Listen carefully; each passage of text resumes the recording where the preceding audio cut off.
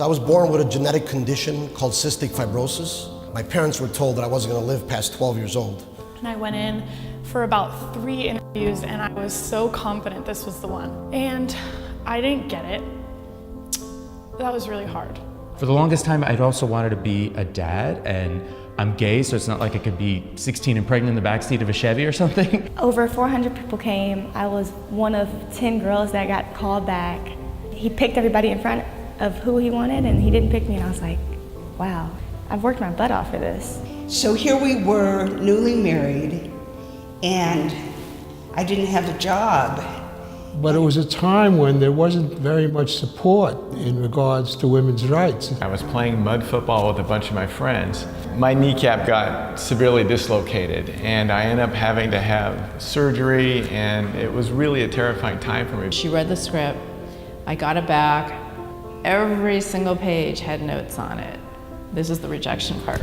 You should take writing classes. You're not funny. I remember the x-ray technician saying to me, you need to be checked into the hospital immediately.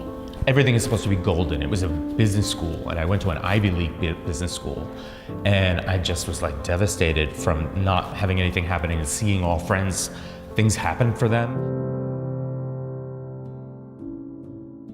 I know it's hard to understand right now, but every delay has a blessing. By the time we're 30, we're expected to have everything figured out. But when we're still failing, getting rejected and pushbacks, we realize life doesn't work like that. Often what appears as a curse can be our biggest blessing. Every breakdown can be a breakthrough. Every failure can be a step forward. This man played Severus Snape in Harry Potter. He studied graphic design before drama, going back to school to follow his passion at the age of 26. That was in 1972. He got his first BBC role in 1978.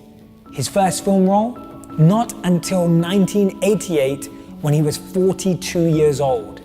His name is Alan Rickman. And this person, prior to publishing the first entry in the series, this person was a single mother on welfare and almost suicidal. During this time, she wrote Harry Potter and the Philosopher's Stone while looking into becoming a teacher. She was also dealing with an ex-husband and all the challenges of being a single mother. She, of course, is J.K. Rowling. Remember this, someone graduated at 21 but waited 6 years to get a job. Someone had no education but was a millionaire at 21. Someone got married at 20 but divorced 5 years later.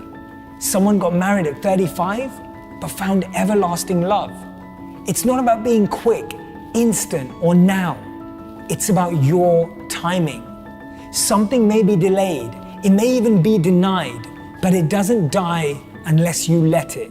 Every delay has a blessing if you keep going. I just kept writing. And then I think less than 1 year later, I got an Emmy nomination for co-writing an episode of Seinfeld. That opened up my career. I then went on to run a production company for like almost 20 years or so. We won an Emmy Award. I became the cultural coordinator and then the production manager of the public television network of the state. And then I was hired by a 4A agency as a vice president, and then I opened my own agency. There's no statistic and there's no number for someone's desire to fight or someone's fight inside of them. So maybe I wasn't the right person for that particular job, but he remembered me for another job. A year later, I found myself at the starting line of a sprint triathlon, and all told, I ended up doing over 50 races, including 4 Ironman distance races. And then with my son and having a kid, I mean, I just didn't think that that was just not gonna happen, and it did. Empathy and gratitude is what makes me want to help other people, because I know what they're going through.